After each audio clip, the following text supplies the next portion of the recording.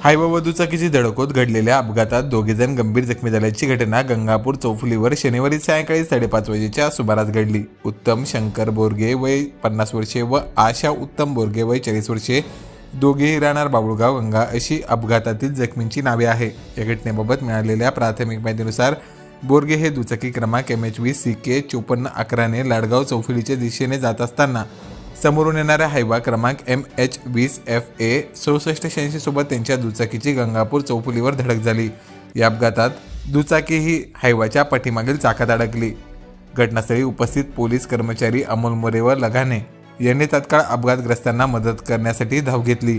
या परिसरातील हॉटेल चालक व परिसरातील नागरिकांच्या मदतीने पोलिसांनी हायवा खाली फसलेल्या दोघा जखमींना बाहेर काढत पोलिसांच्या वाहनानेच वैजापूर येथील उपजिल्हा रुग्णालयात उपचारासाठी दाखल केले।